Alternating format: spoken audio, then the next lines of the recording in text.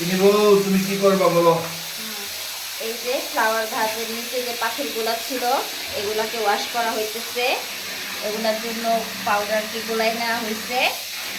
Flower ভাজের যে ফুলগুলা ছিল ফুলগুলো ধোয়া হয়েছে। বলছিলাম আমার মেড সার্ভেন্ট এগুলো ধুইতে। এখন আপনাদের আপু তো অসুস্থ, তারপরও দেখেন এই যে আমার সাথে বসে রয়েছে। আর এর আমি বলি যে তুমি শুয়ে থাকো, হ্যাঁ কশ্মির কালেও দেবো না, খামাখা আমি ওগুলো মুক্ত ছড়াই। এই পাথরগুলা পুষে পুষে আগে দিছে মারে, আর আমি এগুলো ধুইতেছি।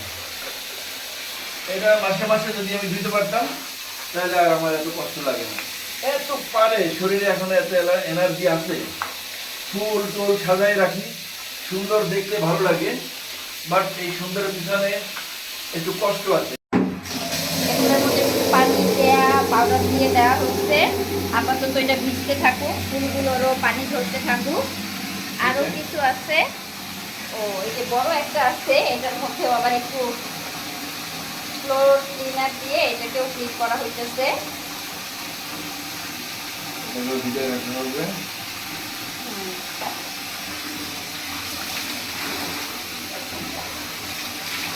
একটা সুঘ্রাণ বেরিয়ে আসছে।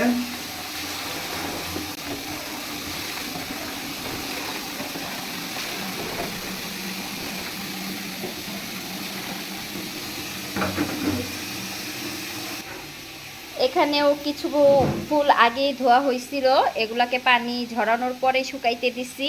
আর ফ্লাওয়ার ভাসটাকেও ধুইয়া এটাকে আবার একটু পানিটা শুকাইতে দিছি। পরে ফুলগুলো প্যাকেট করব, ফ্লাওয়ার ভাসটাও প্যাকেট করব। মোটামুটি সব কিছুই কার্টুন কার্টুন করে গুছায় রাখছি। এখন অল্প কিছু জিনিস গুছানো বাকি আছে, যেমন এই বুক সেলফটা গুছাইতে হবে। এইটা গুছাইতে অবশ্য খুব একটা কষ্ট হবে না, শুধু বক্স করে প্যাকেট করে করে ফেলবো। এই বুক সেলফ আর আরেকটা বুক সেলফ, এই দুইটা বুক সেলফ বাকি আছে।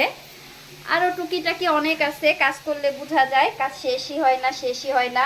এই যে করতেছি আজকে 3 দিন যাবত, এখনো মনে হইতেছে অনেক কাজ বাকি। এই বক্সের মধ্যে আছে জুতা, এখনো এটাকে বক্সিং করা হয় নাই। আরও কিছু জুতা বা কিছু উপরে যেহেতু জায়গা আছে রাখার পরে তারপরে বক্সটাকে প্যাকেট করে ফেলবো।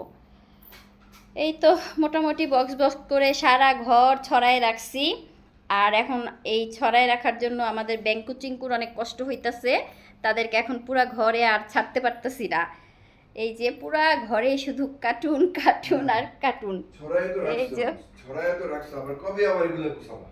এগুলো গুছাইতে গুছাইতে সামনের মাসে, এই মাসে শুধু এলোমেলো করি আর প্যাকেট করি, আর নতুন বাসায় যে প্যাকেট খুলবো আর গুছাবো।